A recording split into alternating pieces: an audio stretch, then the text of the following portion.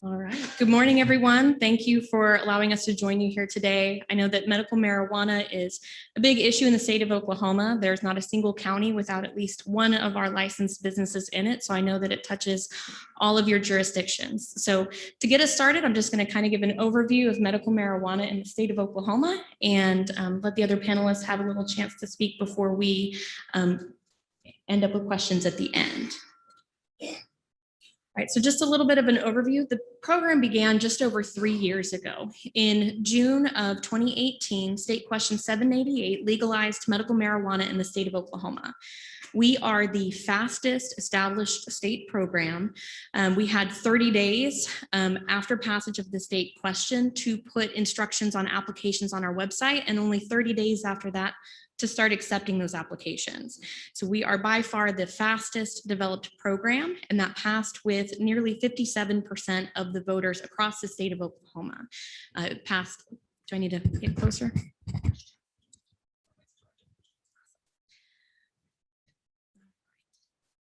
So we've been around for just over 3 years now. Next month will be the 3-year anniversary of the first applications that we accepted here in the state of Oklahoma. For context, there are other states that, after passage, there have been years before applications were accepted for their medical marijuana program for businesses or for patients. In Oklahoma, we actually don't have any caps on the number of licenses that we can issue on the commercial side. A lot of other states have caps on the number of licenses or caps on the amount of grow space or plant totals, things like that, but we don't have those here in Oklahoma. There has been a little bit of confusion on that. There was a bill that did contain language this past session that would have capped the number of licenses, but that bill did not pass with that language in it. So we still are one of the few states that do not have caps on licenses, grow size, anything like that. We also don't have any qualifying conditions for patients here in Oklahoma, which is also unique. There's only one other state, to my knowledge, that does not have qualifying conditions for a medical card, and that state also has a recreational program. So that sets us up to be very unique there as well. For the states that do have qualifying conditions, these are also often things like cancer, seizures, certain neurological disorders, even anxiety, things of that nature. So there's a wide variety of conditions that when a specific condition is required that might apply for medical marijuana referrals. In Oklahoma, we offer a variety of patient and business licenses. On the adult side, we've got a 2-year and a 60-day license. Most commonly, we get those 2-year referrals, and that is decided by the physician. We do have a minor patient license for when that is appropriate. Instead of only 1 physician referral for the case of adult patient licenses, this actually requires 2 physician referrals. Patients from another state regulated program, when they come to visit our state, they can apply for a temporary license that will cover them while they're in the state of Oklahoma. All of our patient licenses are $100. And we do also offer a caregiver option for homebound individuals, those who cannot purchase or administer their own medical marijuana. They can have a designated caregiver. There is no cost for the caregiver license. On the commercial side, we have a variety of licenses, growers, processors, and dispensaries. Those total to about 99% of our total licensed businesses. So that is by far the bulk of what we do. We also have standalone commercial transporter licenses, laboratories, waste facilities, research and education facilities as well. The licensed laboratories are a big piece to what we do, even though those are private laboratories that are licensed. They're really critical to keeping our patients safe here in Oklahoma. I'll talk a little bit more about those later. Most of those commercial licenses are only $2,500. They last for 1 year. The waste licenses, however, are $5,000, and those are capped at 10 until November 1st of this year when that cap is removed. This is a chart that just looks at the total number of applications we receive every month on the commercial side. So this isn't the total that's licensed. This is just the pattern of the applications that we receive. We average about 1,100 applications a month. You can see at the very beginning, we had a spike. 1 year later, we had another spike for those renewals. The next August, it rounded out a little bit. Actually, about 2/3 of our licenses actually end up renewing. Then we had a nice big spike there at the beginning beginning of the year, the legislation I talked about earlier that would have capped businesses, people took note of that, and we had a lot of commercial applications all at once at the beginning of the year. So we had a big uptick then that we weren't expecting without that legislation. This is the pattern for patient applications. We had originally estimated as a program around 80,000 patients in the first year. Came out to be almost 190,000 patient applications in that first year. So even though we knew we were different from most other states in terms of the requirements, in terms of how relatively inexpensive our licenses are, it blew all expectations out of the water. Right now, we have about 373,000 patient applications, and we have a much higher than 1,100 applications on the patient side every month. It's really around 16,000. So it's a lot, and that's over the life of the program. At the beginning, obviously, it was smaller, but there have been months, if you can see there, that we had over 30,000 patient applications in a single month. So really exceeding everyone's expectations in terms of what that volume might look like. This is our current licensing report. This is from July. We put this out on our social media and our website every month. So if you're curious about that, you can always look there for the most recent numbers. 373,000 patients. And over 12,000 commercial licensees. You can see the bulk of that, over 8,000 are the growers, and I know those are often more concentrated outside of the incorporated areas, outside of the city. So I know a lot of you see those in your areas. One thing I will add that I didn't put on here, on our website now, we actually have just put a map up. I should have put a screenshot of that, that shows the breakdown, the number of licenses by county. And it also specifies how many growers, processors, and dispensaries. So it has the totals and the breakdown on those three. Anything in the difference is education, research, laboratories, waste, transporters as well. So here's a quick look at the tax collections. State Question 788 established a 7% excise tax on all commercial sales at the dispensaries. Since the beginning of the program, this has totaled over $115 million in excise tax collections. Now, this is separate from the county, the state taxes, municipal taxes, anything like that on those dispensary sales, but we do report that information as well. We can't break that down by county on these reports, and I don't have those totals since the life of the program, but just since January of this year, that was 43, I think that is a decimal, it should be a comma, $43 million in local and state tax collections just in the first 6 months of this year. So given that we have businesses in every single county in this state, and given the amount of tax revenue that's generated, it's pretty obvious that this is a really pervasive market for Oklahoma. And with the number of patients that we serve or that are served by our licensees, it's really hard to not notice how impactful this industry is on the patient side, on the economic side. But as you know, this is also a very big impact for infrastructure in the counties, for your all's work, the OBNDD, local law enforcement, state fire marshal. There's a broad reaching scope of this market, but the idea of it being repealed, I think that would be very difficult for it to happen given the economic impact that it has here in the state of Oklahoma. But never say never, because you never know. But back to the excise tax collections. So those initially in the past go to fund our office.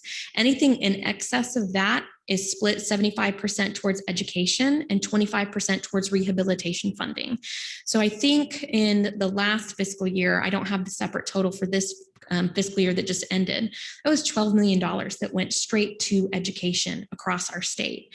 And then the money that we didn't end up spending out of our budget and some of those licensing fees, the state legislature appropriated, I believe it was $40 million additional dollars on top of that. So it's going to fund quite a few number of things. And then there was a bill passed this year that starting this fiscal year, the Red Bud bill now kind of fills the education bucket, OMMA budget, and rehabilitation programming from the beginning. So instead of waiting for our budget to fill and then having money go to education, education is going to start receiving money for this fiscal year first month. So they're not going to have to wait until November or December when we meet our budget. A little bit about the regulatory framework. Obviously, State Question 788 is what established medical marijuana in the state of Oklahoma. There have been a number of bills passed since then. Most of the bills referenced here are from the 2019 legislative session. We had a number of bills passed this year, which I'll talk about in a moment. The Oklahoma state statutes that have to do with medical marijuana are in 63 OS 420 to 430. And then we have our administrative rules. Those are in 310, 681. There's also other areas of law that pertain more directly to OBN and their rules and requirements. There's a lot of interplay, but the section of law that we enforce and the section of rules that we enforce are the ones that I just mentioned. So 2021 legislative session was a really big session for us. At the beginning, there were, I think, 40 plus pieces of legislation having to do with marijuana. It was really hard to kind of keep our finger on the pulse because it was changing all the time, as legislative sessions often do. House Bill 2646 was the OMMA request bill. So we're really excited that that was passed. That goes into effect November 1 of this year. There were some pieces of it that didn't come directly as asks from us, but are part of that bill, but the bulk of it was directly requests from our agency. One of the biggest things that we saw, this state question was written by advocates who were really focused, based on the wording, it would seem really focused on patient access, licensing, and those kinds of concerns. What was missing from some of that is some of the regulatory authority that we really needed to be effective in our jobs as the regulatory and licensing body. So with 2646, we put several pieces into place that will help us be more effective in regulation. Starting November 1, we'll have the ability to issue recalls and embargo bad product or product that we suspect may be bad and we need to continue testing. Previously, we could request that the licensee embargo or recall the product. If they decided not to, we would then have to go to an administrative law judge to compel them to do that. And even in emergency situations, that can take up to 5 weeks. So us having the ability to issue those recalls directly is really going to help us to respond to patient safety concerns and make sure that the product that's available to our patients is safe for their use. Similarly, with emergency actions, cease and desist authority, that's going to be really important. We had one instance where we were on site at a licensee and we found not only that the conditions were maybe not ideal for our patients who were the end users of the product, but that the physical safety of that building was really not what it needed to be. We didn't have the authority to issue a cease and desist. Thankfully, the city fire marshal was able to assist us with that because of the immediate life and safety threats. But then to take action against that license, we still had to go to an administrative law judge and wait 5 weeks for them to not be able to operate even after they fixed those physical safety issues. So really excited about having those pieces in place. We're also going to be able to prohibit bad actors from holding a commercial license for 5 years. So if somebody loses a license with us because they didn't pay their fines, because they refused to allow us access to do an inspection, or for any violations that put patients or my staff at risk, we will be able to prohibit them from having any OMMA license for 5 years. That becomes effective November 1. Otherwise, if you lose our license, it's only $2,500 to get a new one. That's not a big barrier. And so having that protection in place is a big win for us. Being able to prescribe penalties, monetary penalties, we can start there if they refuse to allow us access for an inspection. That's a really big deal. We don't want people not permitting inspections by my staff to be able to avoid the fines and the penalties and us knowing how bad an actor they may be. We're also able to seek revocation or suspension of a license if they refuse to pay those monetary penalties. So kind of making sure that we're closing the loop with being able to identify the issues, address the issues, and not just allowing people to kind of circumvent the consequences when we do find those things on site. This bill also increased monetary penalties for unlawful purchases, fraudulent reporting. Previously, we were required to give 24 hours notice before a full inspection. In my opinion, 24 hours is a very long time to hide some things that you don't want us to find. But November 1st, that is going away. I talked to a number of other regulatory bodies, and we were very special in having that 24-hour requirement. Not very many regulatory bodies have that. So we're really glad to see that that's going away, because that will really enable my staff to identify and address those issues more readily. Oh, I left the embargo part on there. So sorry for the duplication there. There's also some expansions on protections of patient and caregiver information, just making sure that that is sealed. It would take a court order for anyone to gain access to patient or caregiver information. This bill, this was not a direct request of ours, but it also changes batch sizes for testing purposes.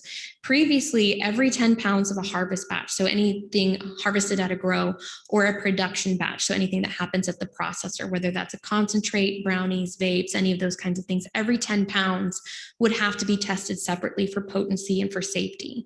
There were some changes to the batch sizes with this bill. So it's now 15 pounds for a harvest batch. But if that harvest is going directly to a processor to be made into a concentrate, it can be up to 50 pounds. The concentrate is now, I believe, 4 liters or 9 pounds. So it's actually a little more restrictive there. And then on the final products, those brownies, those vapes, tinctures, edibles, lotions, any of those kinds of things, OMMA gets the fun job of promulgating those rules to determine what those batch sizes will be there. So I'm sure that's going to get a lot of attention. We're going to have to work really closely with our licensees, with physicians, patients, laboratories, to make sure that we're setting those in a proper place. There were a number of other bills that came out. House Bill 2272. This is originally the one that capped the licenses. That language was not in the bill when it passed. And I know that's created a lot of confusion, like I mentioned earlier. But it does require that businesses submit an attestation to our partners at OBN regarding any foreign financial interest in the business. They have 60 days to do that. If they fail to do that, OMMA is to immediately revoke that license. So that gives OBN some additional information that's helpful to them. And that form is now available on their website. I believe that went up last week. And we put out some social media yesterday to help make sure that our licensees are aware of that requirement. Any new licensees have 60 days after they're issued our license to submit that attestation.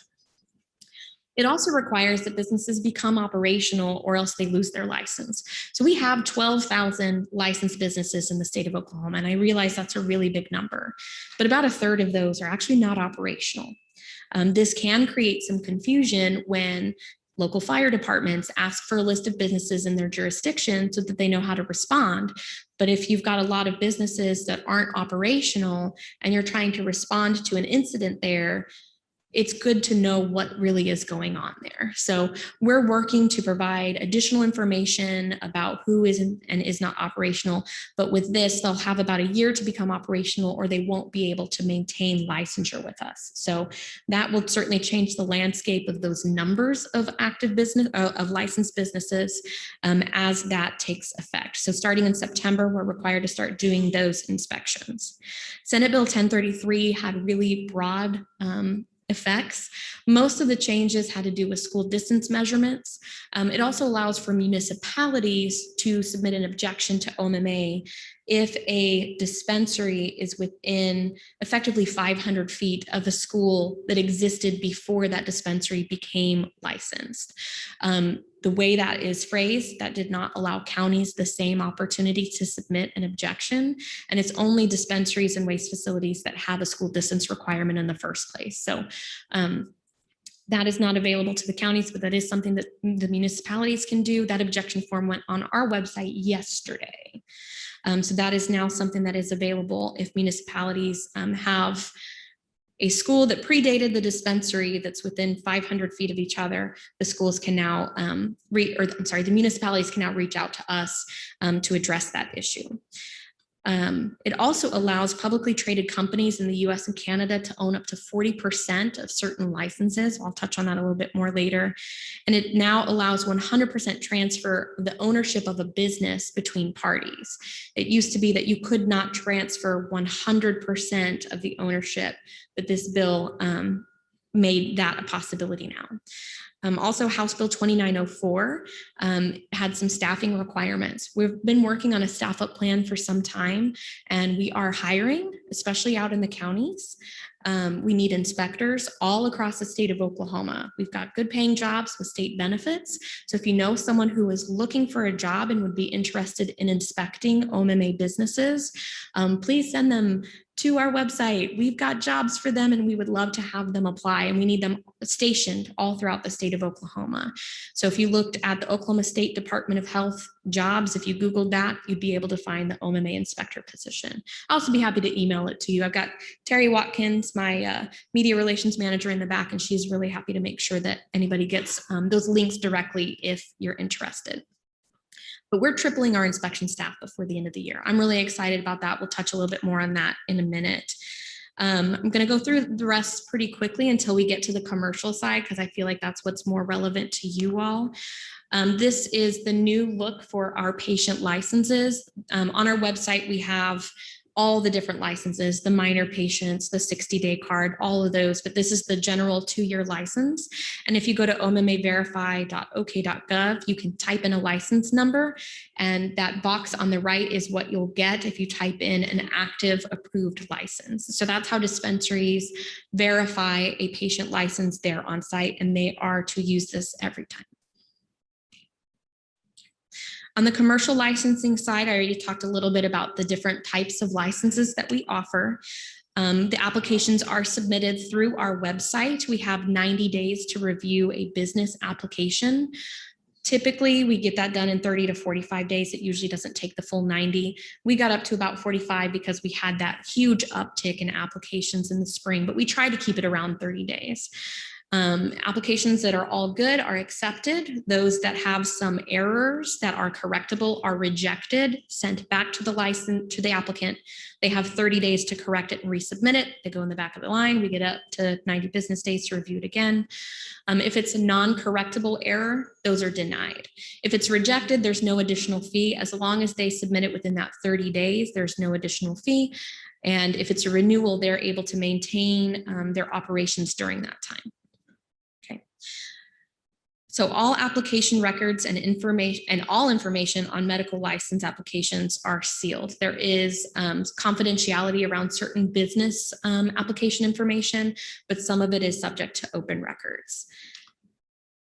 Commercial licenses, I could talk about the application requirements a little bit. Obviously, there's a certificate of compliance from the city or county is required. One of the pieces of legislation this year, starting November 1st, those certificates of compliance will only be required at initial application. I know that's a big piece of information for everyone here. The statute says that that is only required at initial application unless there is a change of use or occupancy. That would be difficult for my staff to know, and we're working on some things that we can get some better communication with the counties. If you're aware of a change of use or occupancy and you'd like to let us know that, we could certainly take that information to make sure that we get a new certificate of compliance at the renewal application. They also have to have a certificate of good standing with the Secretary of State, tax permits until November 1st. These dispensaries will still have to have tax permits, but there's some issues if it's required at the time of application. Because on the tax side, I believe if you don't become operational, if you don't have sales within 60 days, 90 days, something like that, then you lose your tax permit, and then it just creates all this hassle for everyone. So we worked with tax on getting that out of there. Dispensaries also had to provide proof they're not within 1,000 feet of a public or private school. You have to provide documentation of owner eligibility. Most licenses must also register with OBN after they receive our licenses. That's not currently required for waste or transporter companies, but most of them, before they have anything containing THC on site, they must register with OBN and have that permit as well. In terms of ownership eligibility, there's a background check requirement, there's age requirements, an affidavit of lawful presence. So I think combining that with the attestation of foreign financial interest will help us to address some issues that may be going on with the ownership. But now, typically 75% of the business must be owned by Oklahoma residents, but now up to 40% of a grower, processor, or transporter can be owned by a publicly traded US or Canadian company. That was in Senate Bill 1033, and we're working to adjust our application process to allow someone to update a license to that effect if that is something that that they so choose, because I think they have to be in good standing for 18 months before they can add this up to 40% ownership by a publicly traded company. Nothing's easy in the law, right? All right, certificate of compliance. I know that's the big piece for this group. So the certificate of compliance is available on our website. It's completed by the municipality or the county, and it verifies that the premises meet the political subdivision's planning and zoning requirements. Fire safety, zoning, planning, all that, electrical. There's several boxes. I'm sure a lot of you have seen this form before. There's yes, no, not applicable.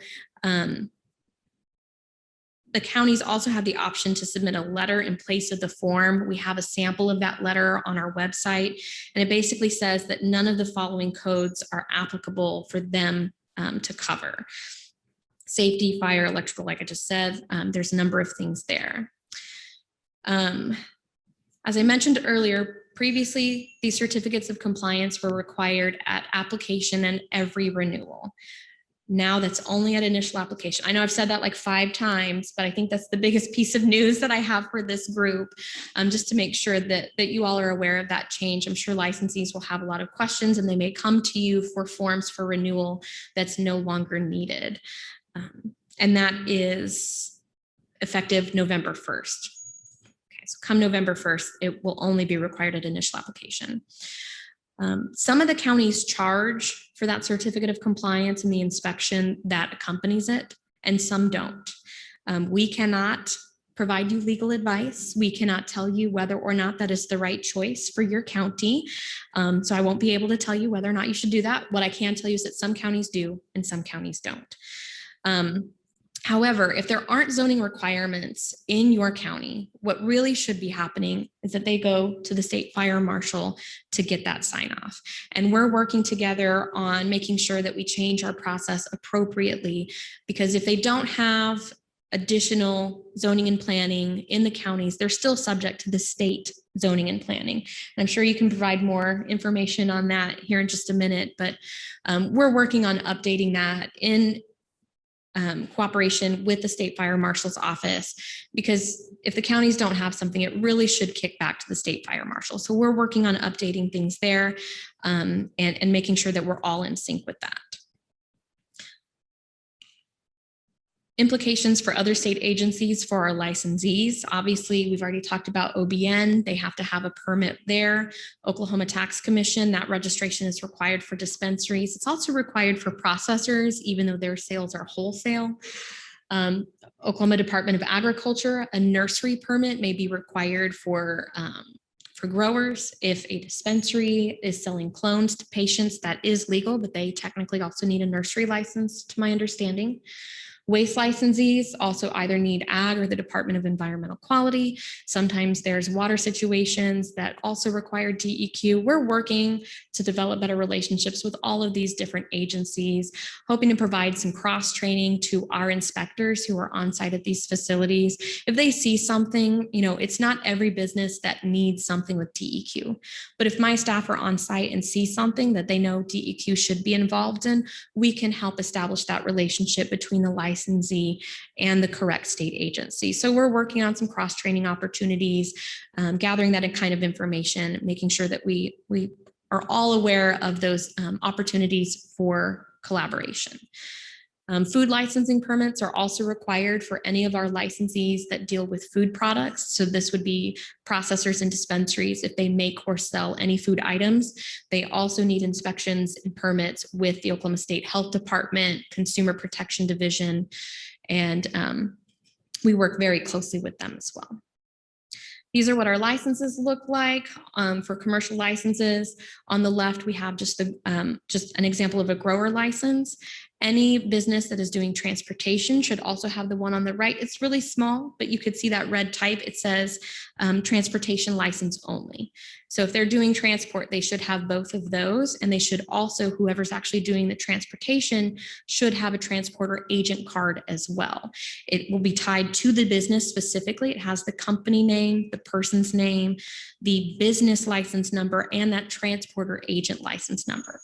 That same Oklahoma Verify system system that you use to verify a patient license can also be used to verify whether or not a transporter agent is currently active. Then on our website, we have a list of all of the licensed businesses. So while you can't use that lookup on a regular commercial license, you can use that for the transporter agent. I believe we update these lists weekly. So we've got a list. Some of the location information is considered confidential. So we can't put addresses on this list, but we do have business name, contact name, zip code. What I want to make sure this group knows, however, is that we are able to share with political subdivisions the licensees in their jurisdiction. So if you reach out to us, I'm sorry that type is so small, OMMA request at ok.gov. You can request a list of licensees in your jurisdiction for official use only. So we can't share that information outside of you all for those purposes, and you all aren't going to be able to share it outside of that either. But it's important to us that fire departments, police, local law enforcement, sheriff's offices, everybody knows who's where, because that changes how you go into a facility in the event of a fire, right? If it's a processing facility that does CO2, you're going to have to react very differently. In fact, that change is going to affect in November, that the processing facilities will be licensed either as a hazardous or non-hazardous facility. So we'll actually be able to differentiate. If you're going into a kitchen, right, they're making brownies, that's very different than a CO2 processing facility. Very different. And so that information is something we can also provide you after that time, so that you'll be better equipped to respond to things in that facility. So we're working on things like that. And likewise, if any of you all have suggestions, questions, like if we had this information, it would help us out so much. Sometimes there are things that we just can't legally give, but if it is something that we can give, something we can work together on, we're all about that. We're all about collaboration and sharing when it's appropriate, and just making sure our patients are safe, right? We want to make sure that the businesses are licensed, they're doing things correctly, they're testing properly, all of those things. So if you've got any feedback, you can also reach us at that. So it's OMMACC request at ok.gov. So it's OMMA City County request.gov. That's why it's like that, so we can get those lists to you all. And it does have to come from an official email address, or we need an official letter so that we can verify that it is official municipal county business, and make sure that we're not giving it to the wrong parties. All right, and talk a little bit about commercial licenses requirements, commercial licensee requirements. So they have to allow access to my staff during hours of operation and other reasonable times so that we can conduct inspections. They have to have records on site and readily available. These can be digital or electronic, and there are requirements on how long they have to maintain all of these documents. They have to implement appropriate security measures to deter and prevent unauthorized entrance, theft, and diversion, including during transit. And there's a whole list of requirements just during transit. There's also, OBN has requirements for fencing at grow facilities. Those aren't our requirements, those are theirs, but we do work closely with them. If we get those complaints, we do refer them on. Dispensary, they have to meet all local planning and zoning requirements. That's why the COC process is in place. Dispensaries and waste facilities can't be within 1,000 feet of a public or private school. They have to have their license posted in a conspicuous location. So if we walk in, we know why we see all of the plant material we do. And they have to maintain all the current information with us. If anyone says we didn't notify them of something, we probably emailed them and they don't have the correct email address on file with us. So that's a problem on their end, and we can take action against that too. There are prohibited acts, obviously unlawful purchase or sale. They cannot allow the consumption of alcohol or the smoking or vaping of marijuana on premises. However, we do have businesses that are located at people's residences, and they are prohibited from those acts in the area where business is conducted. So if somebody has a large property and they have some plants in a hoop house outside, that does not prohibit them from using their home like they normally would. They cannot employ anyone under the age of 18. There is no legal delivery of medical marijuana to patients at this time. There's sometimes confusion on that. The only way that a patient can have someone else bring their medical marijuana to them is if they have a licensed caregiver associated specifically to them. So if there is somebody who is unable to acquire their own medical marijuana, they must have their physician attest to that and designate a caregiver with us, and that caregiver must have a card. And that caregiver card specifies their caregiver license number and the patient license that's associated with that. If somebody is a caregiver for multiple people, they will have a separate card with a separate caregiver license number for each patient they're associated with. False advertising is also prohibited, as is advertising or promotion that would reasonably be expected to induce minors to purchase or consume medical marijuana products. We do have monthly reporting requirements. They're supposed to tell us, how many plants, how many pounds, how many transactions. It's a once a month situation right now, but this will be replaced by our seed to sale system once it's implemented. We were set to have that implemented late spring. However, there has been a lawsuit that has put this on hold, but we do have a contract that is in place with Metric. Again, just the implementation's on hold pending some litigation. So we'll have more for you later on that. But the purpose of this is to account for the entire lifespan of medical marijuana in the state of Oklahoma. So when a clone is planted, when a seed planting matures, it's tagged, it's tracked in the system. When it's harvested, it's tracked. When it's transported to a processing facility, it's tracked. And that package, that harvested package, also has a tag. And then once that processing facility changes that plant material into a concentrate, it's tracked. Then it's turned into brownies, it's tracked. Those brownies go to a dispensary, it's tracked. So in an ideal world, once this is really up and running, we will be able to track upstream and downstream all medical marijuana across the state of Oklahoma. We'll be able to see where it's moving, who moved it, all of those pieces of information. Why this is really critical is in the event of a recall, for example. If we get to the point that a dispensary has products on its shelf, and we find that vape cartridge or that brownie is contaminated with pesticides, there's a really good chance that those pesticides got there at the grower. With a few clicks, we would be able to identify who processed it, who tested it, because it shouldn't have gotten there without being tested 2 to 3 times at minimum. And then we can see who grew it, what harvest it came from, what room it was in, all those pieces of information. And if we're relying on monthly reporting and people's records, which they are supposed to have a comprehensive seed to sale tracking system in place on site. But if we go on site and they're missing a piece of paper, if they're missing documentation, it makes it extremely difficult for us to do a good job investigating that and addressing the issue. Because if they're missing the wrong piece of paper, well, first of all, we got to go through all this paper. That takes a long time, a really long time. And then if they're missing one piece, we can't figure out what grow it actually came from. And there are no pesticides approved for use on medical marijuana. And Ag would have to answer a lot more questions about that. But if we find evidence that someone is using pesticides on medical marijuana, we've got to get the Department of Ag involved for enforcement on that side. Because while you can't sell contaminated marijuana and we can enforce that, the actual use falls into Ag's hands. So we need to be able to provide that evidence. We need to be able to track that down.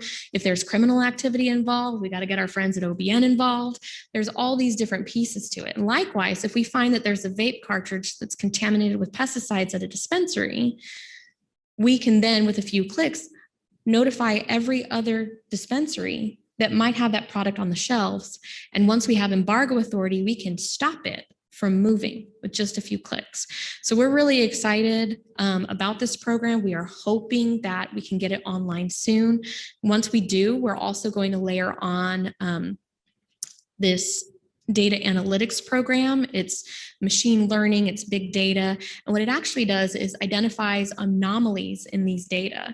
So if somebody is growing these plants outside in this county and it's this strain, and the weather was like this, we know that they were supposed to have, 100,000 pounds of harvest, right? We've got some big grows out there.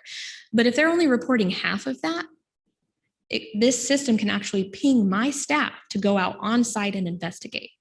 and figure out what's going on. We're actually about to hire some investigators who have criminal investigations experience and can do a lot to run these down, and partner with our friends at OBN if we find out that there's some criminal activity going on. So we're working on a lot of things that will really help improve patient safety, addressing criminal activity, or just addressing people skirting our rules. So we're working on a lot of things, but and these are the tags that will be on those plants, RFID tags, and then local law enforcement. If there's a commercial quantity of medical marijuana being moved and it's not tagged, we know that at the very least it is not compliant and they've got problems with us.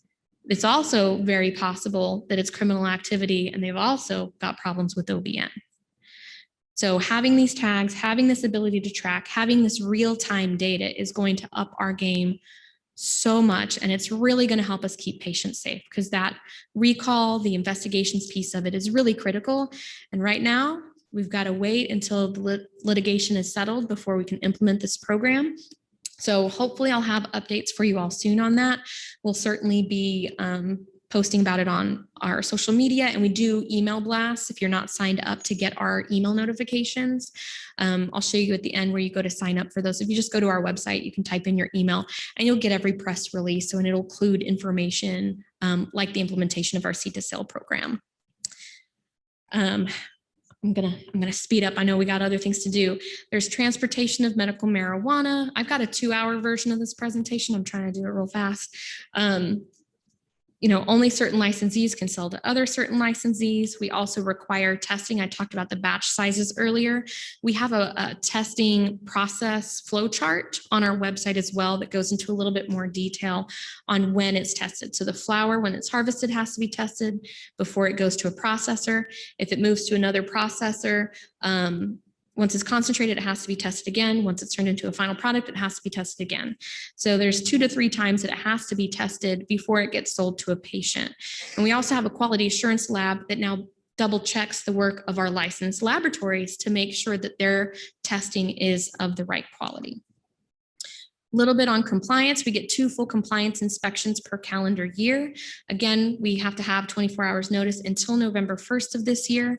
We are allowed to do however many additional investigations we need to do. So if we get complaints, if we get a cause to go out there, we can go on site additional times. We do have a complaint submission form on our website. And we are happy to be the first stop with medical marijuana business complaints. I was talking with Mark a little bit earlier. When we get those complaints, sometimes they're licensed and it's something that we need to do. If they're not licensed or it's a fencing requirement or something that's outside our jurisdiction, we make those referrals to OBN. So we're happy to receive those and do that first touch processing, because then we can let them know, hey, they don't have our license, or hey, they have our license, but they don't have a permit with you. We can be that first stop. So feel free to send us those complaints if you have them. We also audit records, we inspect documents. We do have checklists on our website now for growers, processors, and dispensaries. So we've tried to make these yes or no questions, plain language. Is the license using a trade name that is not on file with OMMA? Yes or no. And then it tells you whether each answer is in or out of compliance. Then we have a longer version that tells you the full language of the citation, why that's part of our checklist. So our businesses can self-audit before we even get there to determine whether or not they're in compliance. It's better for our patients. Every day they're more in compliance with our requirements. That's better for our patients, it's better for us, and it's better for the business, right? They're not getting these violations. We're not having to come back. They know what they need to do to be right. We're trying to make that easy for them, for the ones that want to do it right. If we do find violations, correctable violations, we have to come back in 30 days, determine whether or not that's been corrected. Then we can do fines or revocations as appropriate. We are committed to inspecting 100% of our businesses by the end of this year. The program was established so quickly and had so little regulatory authority. And then we had COVID, and it's very hard to increase field staff when you can't send them on site. But now that that's over, like I mentioned earlier, we are on a hiring spree. We've already tripled the number of field staff we have from the beginning of the year, and we're going to triple it again by the end. So I genuinely need 40 plus inspectors across the state of Oklahoma. Good paying jobs with state benefits, and we're a really fun team. You do end up smelling a little skunky by the end of the day, so make sure they're okay with that. But we need people scattered throughout the state of Oklahoma so that they get to know their community. They get to know you all. They get to know the local law enforcement, and they build those relationships. They get to know the OBN agent that's assigned to their area. We want to be part of that community, and so that the good businesses know who to ask for when they have questions. They know how to make it right, but we're there and we can see the ones who aren't trying to do right, and we can do something about it. So we're doing a lot of things to move things forward. As I mentioned earlier, we're also hiring enforcement and investigative officers. They're going to be CLEAT certified officers. That's new for the Department of Health. So we're building a brand new program there. And then I'll just point you to our website as well. This is what our complaint form looks like. And we've got a call center that can be a first stop. Hey, I don't remember how to get a list of the businesses in my area, and call them. We've got a lot of things coming. Our new licensing platform coming next month. I know that's not the biggest piece of interest to you all. But what I will say is we're working on a physician portal where physicians can submit their referral letters electronically for our patients.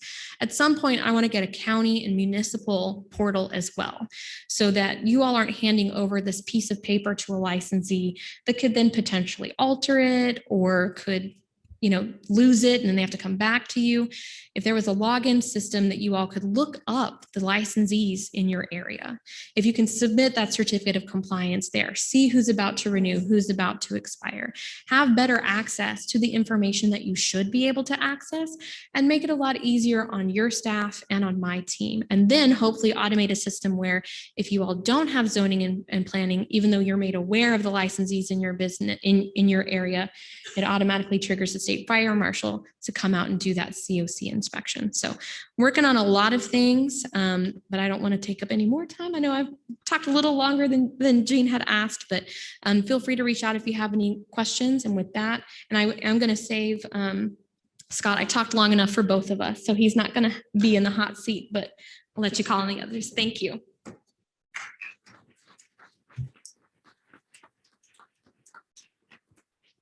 Thank you, Doctor. In Oklahoma, we're used to wind gusts, but we're used to the speaking ability to at 600 words a minute with sudden gust up to 900. But Doctor, you just succeeded in doing that. Tremendous amount of information in a short period of time. And there are so many moving parts in this legislation that, we're all going to be learning for this for quite some time. And we hope to have the actual authors of the legislation in the fall conference so we can make suggestions to them at that point on law changes. For public information, we're filming all of these sessions with multiple cameras, and so they will be posted on our website for the people who couldn't attend, or if you want to go back and refresh yourself. Well, our next speaker is James Villigan, who is the Assistant Fire Marshal for the state of Oklahoma. And it's our pleasure to have him in today. So let's welcome Marshal Villigan. Thank you.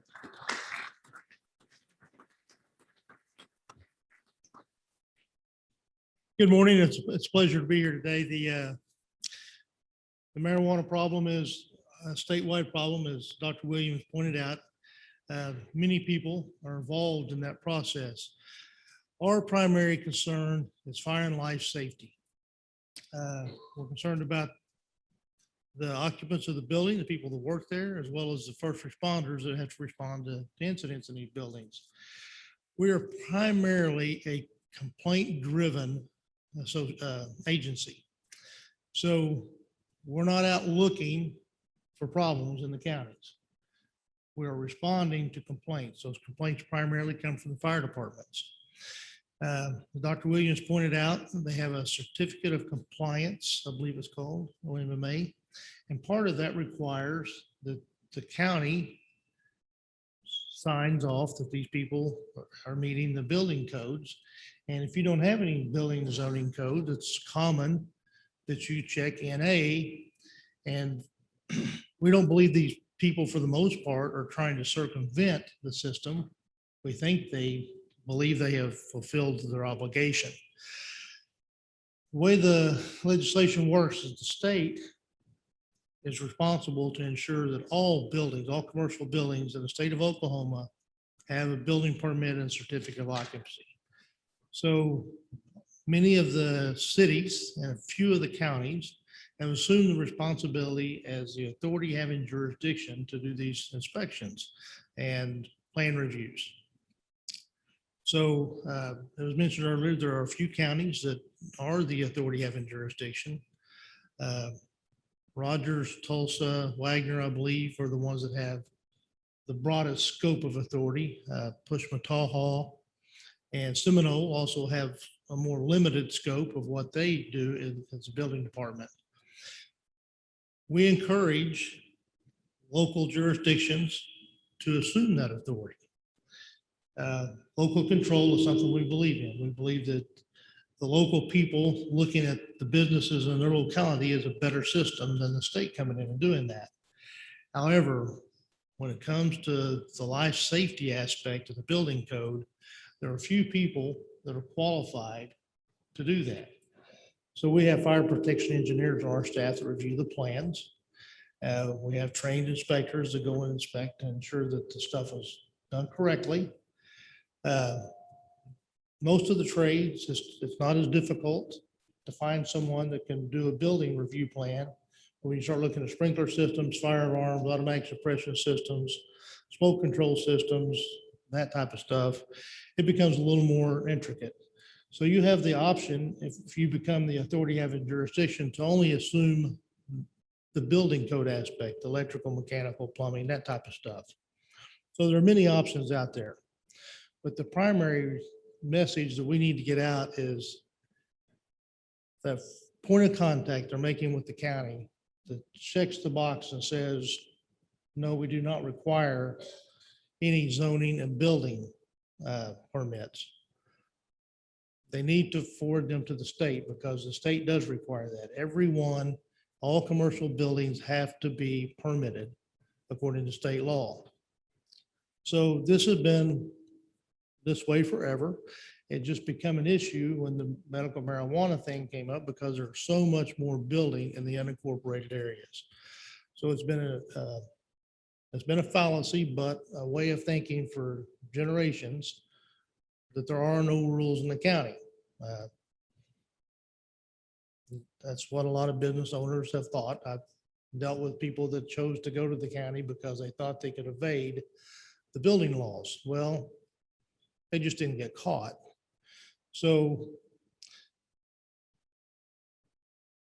I can't give you the numbers. You saw the number of licenses that Kelly mentioned that had been issued. Well, the number of building permits is about 10% of that when it comes to the growing operations. So we're way behind.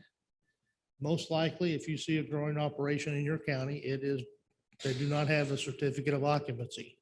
So one way you can tell if these people have a certificate of occupancy is they will possess that. And most of them will not.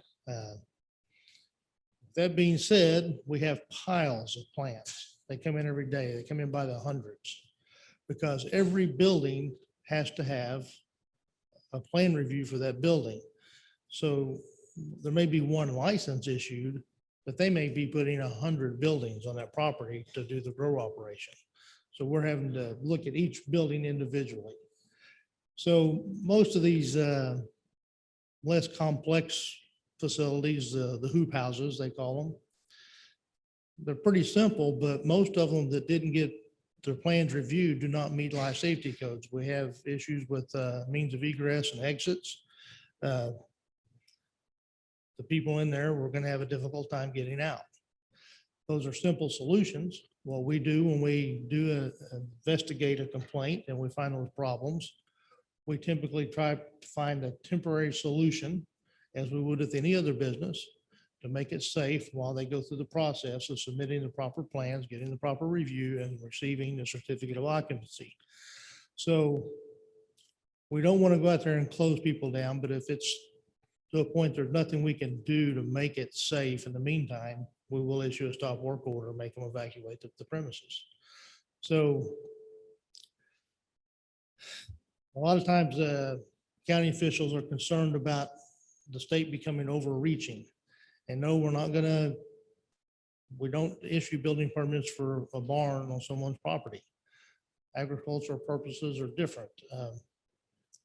Dr. Williams can correct me if I'm wrong, but medical marijuana is not considered an agricultural endeavor, right? Yeah, so it's a different thing. So the farmer can't go out and build a marijuana growing operation without getting the building permits. However, they can build a barn for their cattle to keep their hay in. So there's some things there that are, questionable as far as you being concerned about us being overreaching. Now, if you want to build a shop on your property to maintain your equipment, that's one thing. If you're building the shop to work on tractors for other people, that is commercial enterprise. And yes, we need to permit that building just as a medical marijuana facility. So we're not singling out any type of building or any type of business. These rules apply to everyone. There are issues where schools don't come and get a building permit. Not because they're trying to get around something, it's because they don't realize they have to. They think there are no rules in the county at times. So we'd appreciate any help we can get from you guys to help us get the message out there that yes, you still have to have a building permit. The stuff still has to be safe. And the people that occupy these buildings are the first responders that respond to the incidents deserve to have a safe place to be. They think they have that. They think that we've taken care of that for them. So keep that in mind. One of the things that is required if you're going to be your own authority having jurisdiction on fire code issues is one of the people that has to sign off on that is the fire chief. And in the counties, for the most part, there is no county fire chief. So to find the fire chief or designee, okay, so to determine who your fire chief or their designee is can sometimes be difficult. In some counties, it may be the emergency manager that speaks for that group. It may be the president of the County Chiefs Association. But at any rate, it would be good for you to talk to your fire chiefs. They're going to be dealing with this if you assume that authority as being the authority having jurisdiction and kind of get their input on what their expectations would be. So it's going to get better as time goes on. We have agents across the state. We only have 12 agents. So that limits us on our ability to go out and just randomly inspect people. That's why we're a complaint-driven agency, because we don't have people just to go out and knock on doors. So please keep us in mind. We have a website. You can go in there at any time and look and see what cities and towns within your counties have assumed their own authority having jurisdiction. And you can look at the requirements if you're interested in doing that yourself. So if you have any questions, I'll be around for a while this afternoon. So please feel free to come talk to me.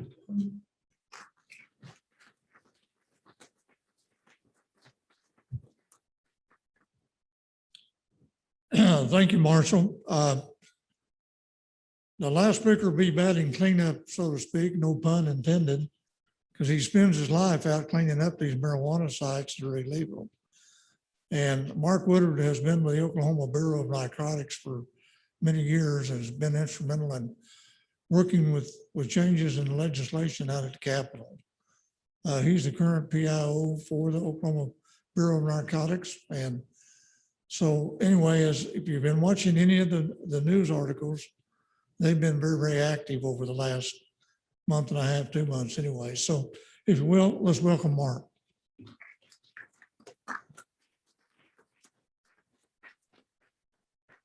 Thank you, and good morning. I've spoken and see a lot of familiar faces and spoken to a lot of you over the 26 years I've been with the agency. And I know one of the first times that I'd spoken, it was back in 1996, and we were just starting to see the meth lab issues hitting Oklahoma.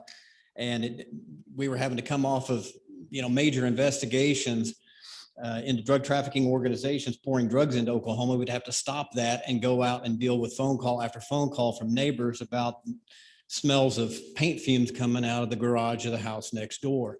And, you fast forward to today, we're still dealing with the paint fumes at the next door neighbor's house. We're having to pull people off of some powerful, significant investigations to go deal with just a number of calls. I get about 130 tips every single morning just from our Facebook page, our private messages. That doesn't include the phone calls and the emails. But from a law enforcement perspective, you know, the best way to kind of describe it is the Trojan horse.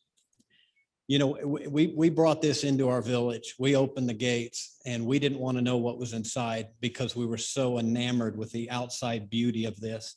It's for the children. It's going to empty our prisons with pot smokers, and it's going to pour money into our roads and schools and bridges. Folks, our partners out in California, when they passed Proposition 215 in 1996, they said, you need to fight this as long as you can. You need to understand what's happening in our state. They said, we can see 7,000 plants on the other side of a stockade fence. We know it's all tied to the Sinaloa, the Juarez cartel. And we know that California property owner has his California grow card, and we have to drive right on by. There's not a thing one we can do about it. Our partners have been saying this for over 20 years, fight it as long as you can. The legalization does not take away the black market. The black market now thrives because they can now do what they've always been doing, but now they can hide behind a piece of paper and a card. So they said, fight this. And we did. I mean, Oklahoma, you know, we made it till 2018. But again, they painted that beautiful bow and put a bow on it and rolled it to our gates. And we opened those gates and we welcomed it in. And we had been saying to Bureau of Narcotics for 20 years, you need to realize there's a dark side to the Trojan horse. Don't let it in. And if you do, be prepared for what you're going to bring with it. It took them about 2.5 years to look inside this. And it really amazed me. For about the first 2 years of this, the Bureau of Narcotics, we stayed in our lane. We were able to focus on, you know, the primary human trafficking and the drug trafficking organizations that are pouring meth and fentanyl and cocaine and heroin into our state and moving weapons and drugs. We're staying busy. Very little did we ever have to go step outside that and deal with some of the marijuana issues. We had maybe 3 or 4 businesses that failed to get a license. We ended up shutting them down. No big deal. But then fast forward 2.5 years, it was kind of a perfect storm. First of all, you had COVID, and this is well documented. The BBC's done articles on it. Several magazines and expose news organizations have talked about the migration to Oklahoma and why Oklahoma. And it really started last fall when a lot of the Chinese businesses were hit by COVID. They were shut down. Workers were recruited to California. They were recruited into agriculture, and many of them not realizing that they were being recruited by people who were tied to criminal organizations. They just thought, I'm desperate for work. My family back in China needs money and I need a job. And so they would go into California. They were pouring into places like Nevada. They were pouring into New Mexico. And then over time, they started to realize that Oklahoma's land is a lot cheaper. The licenses are a lot cheaper, and we have the loosest laws in the country. I mean, people have asked, is recreational next? And I say, no, we're already recreational. We already have the most liberal recreational law in the country. And they're starting to figure that out. And over time, they started moving here slowly. We started to see it last September, October. They started buying land. Some of these criminal organizations. Now, there were some legitimate ones too. Keep in mind, a lot of them pulled up their stakes and came here who wanted to do it right. But the criminal organizations started to figure out we can go there and we can increase our profit margin because the land's a fraction of what we're paying in Colorado or here in California or here out in New Mexico. So a few of them started coming here and they started continuing to do what they were doing, and that is moving the marijuana to the illicit market on the East Coast. The California, Nevada, Oregon, Washington pipeline was the nation's largest producer, especially of high quality marijuana on the East Coast. But several of these little branches started breaking free and coming to Oklahoma because of the land, because of the license, and because of the laws. And they started continuing to move their products to the East Coast. And word just kind of got out from the East Coast back to the West Coast going, we appreciate your business all these years, but we've got some new clients in Oklahoma. And their prices are so much better than what you guys are charging.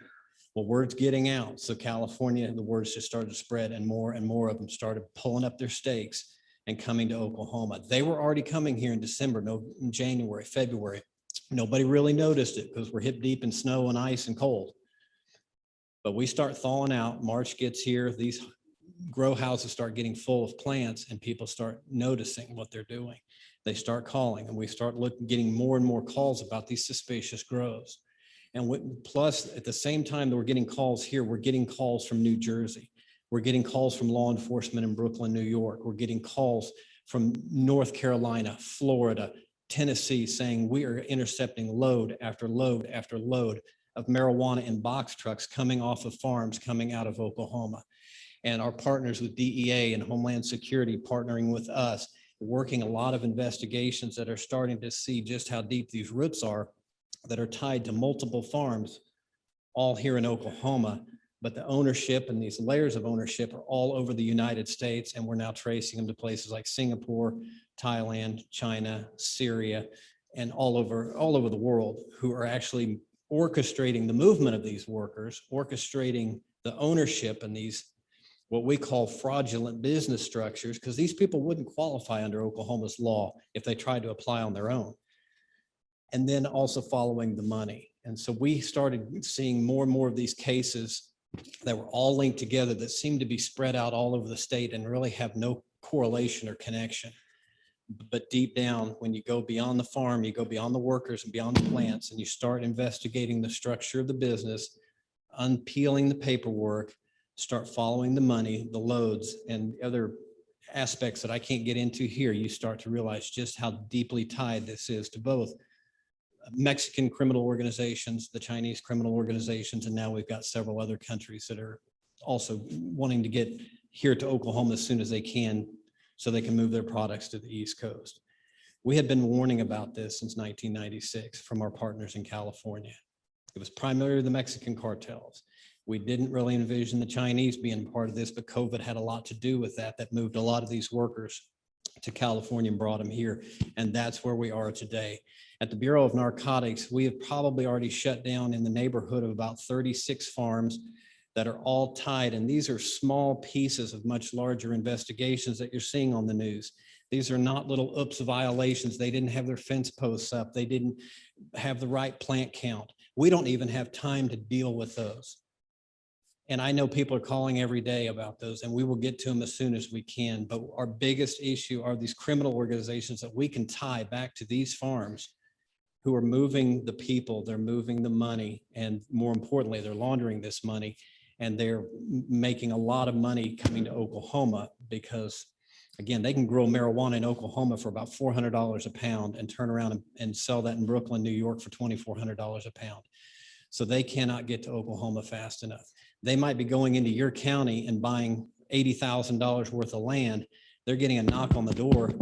And I hear this all the time, probably a one call a week, that an Asian woman just showed up at our porch. She offered to ask me if I wanted to buy my farm.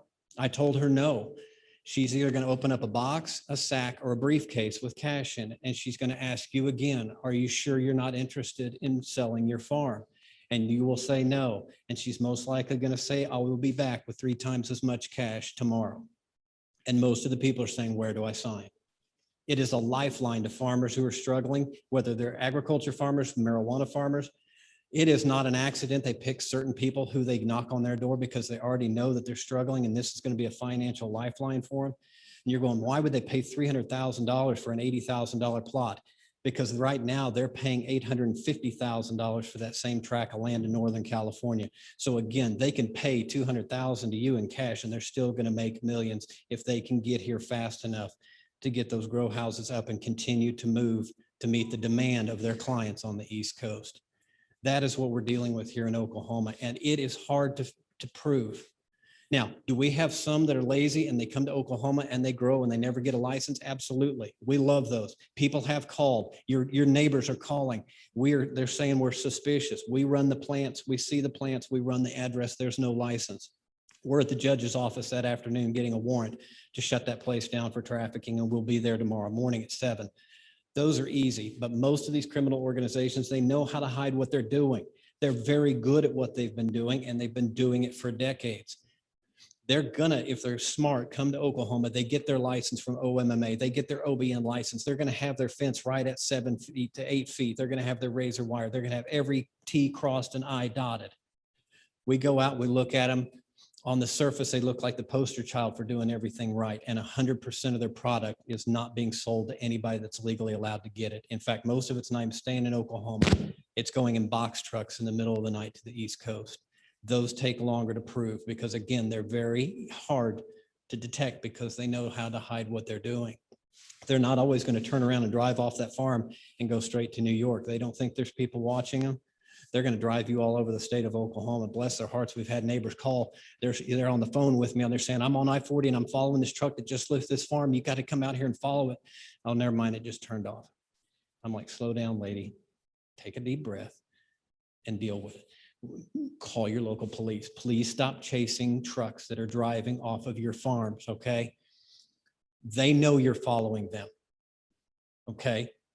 And you're going to get yourself hurt. But God bless them. The neighbors are frightened. The neighbors are frustrated. They want something done, and I totally get that. But it's not as easy as it looks because you got to prove what they're doing. And these people are very good at what they're doing, how they're hiding their assets, how they're hiding their ownership. And we are going to be going not only after the owners, but these people who are orchestrating these criminal business structures that are allowing these criminal groups to get legal in Oklahoma. That's coming. That is coming. But there's other aspects. When we've been on some of these farms, these workers are desperate. Many of them are either, they're not here legally from Mexico, China. I can tell you several other countries. They're living, some of them in deplorable conditions, living in shanties that they had to build in the tree line with no electricity, running water. They're bathing and drinking out of the same stagnant pond that they're using the water to water the plants. Many of them haven't been paid. And they are the definition of labor trafficking, but they will not complain. Because one, they're scared. Number two, they're desperate. And what's really sad is when they say, oh, you think this is deplorable? You should have seen what I left back at home in China. This is like living in Shangri-La compared to what I left in China. They are that desperate for it.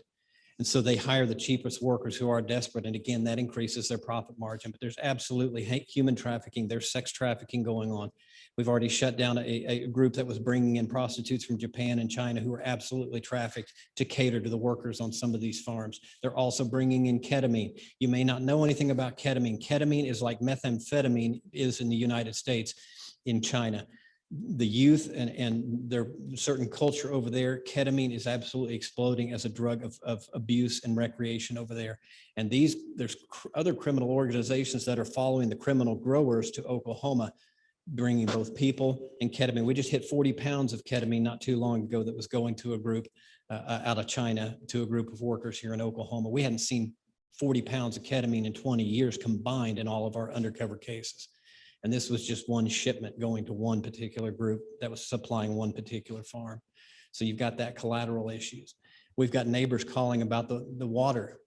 We've been to some of these farms where they're literally pumping the water out of the neighbor's pond and the neighbors didn't know it. They're stealing it out of fire hydrants. These plants take about, each plant takes about a gallon a day. Some of these grows have 60,000 to 100,000 plants. That's 100,000 gallons of water a day. You think there's not concerns in rural Oklahoma about where are they going to get that water to supply it? That's part of the inside of this Trojan horse people aren't talking about. They're tapping into neighbors' electrical outlets. We have found a lot of stolen electricity. They're also just straining the power grids, even if they're hooking it up legally. I've had several electricians say, I just came off a farm and installed a system that would power most small towns in Oklahoma. And the neighbors are calling going, why are my lights flickering in the middle of a beautiful day when there's no wind? It's because these power grids are going to be really starting to strain. I mean, we're already there. But again, nobody's wanting to talk about this. The contamination, I can't tell you how many dead animals we have found because of the water runoff coming out of these grow houses. If they're going to cut corners on everything else, I can promise you they don't care about Oklahoma's pesticide rules. They don't care about our lead and our testing and our molds and other issues. And we had just been inspecting one farm the day before, and there was a bunch of dogs out there, and 3 of them. And the next day when we came to serve the warrant, all 3 of those dogs were dead, laying next to this little creek where they were drinking the water that was coming out of several of the grow houses. So you've got environmental issues, because that's one of the big questions. Are you going to seize that land so we can get it back to the people? You may not want this land by the time it's seized after we arrest people. That's a big issue that we haven't even talked about yet. Is this land even going to be able to remediate at a reasonable cost to give it back and auction it back to people in your county? We don't know what conditions some of these are going to be in, but I guarantee they don't care about Oklahoma's environmental laws, because that will cost them more money. So again, that is just a small glimpse of what we are dealing with at the Bureau of Narcotics when it comes to this. And again, we're just scratching the surface. Now, keep in mind, the good news is we are into a lot of these groups. We understand what they're doing, but it takes time to plug all these people together and then start bringing these people down in a much more rapid pace. That day is coming. But the biggest thing we can ask for is patience from our communities, because we've got to build a case. We can go out to your community, we can hit that farm, we can shut it down and seize plants. And guess what? Those workers and those plants will be replaced within 48 hours. They're bussing in and trucking in illegal plants that are already, some of them 2.5 to 3 feet tall, from other states. So all they're doing on these farms most of the time is just topping them off and finishing the harvest to get it to the East Coast. And so we don't want to just shut the farm down. We've done no good. That's like busting your neighbor who's selling meth. There's going to be a new guy selling meth in your community within 10 minutes. You got to take down that whole group. And that's what we're trying to do. And those take patience. So we do appreciate everybody's patience. But we hear you, know that. We're getting those calls from all over your counties, from your sheriffs, your county commissioners, your neighbors, your farmers who are worried. They're seeing the guns. They're seeing the armed people who are out there on some of these grows. And we're aware of them, and we're going to get to them. And I promise you that. But do not stop calling, because it could be your call that ties us to the next big thing that links this farm in Elk City to this farm in Idabel that we've been looking for a link. You never know, but sometimes it's not going to happen in 48 hours. So that's all we ask. So I'll be happy to stay around and answer any questions you might have. Thank you.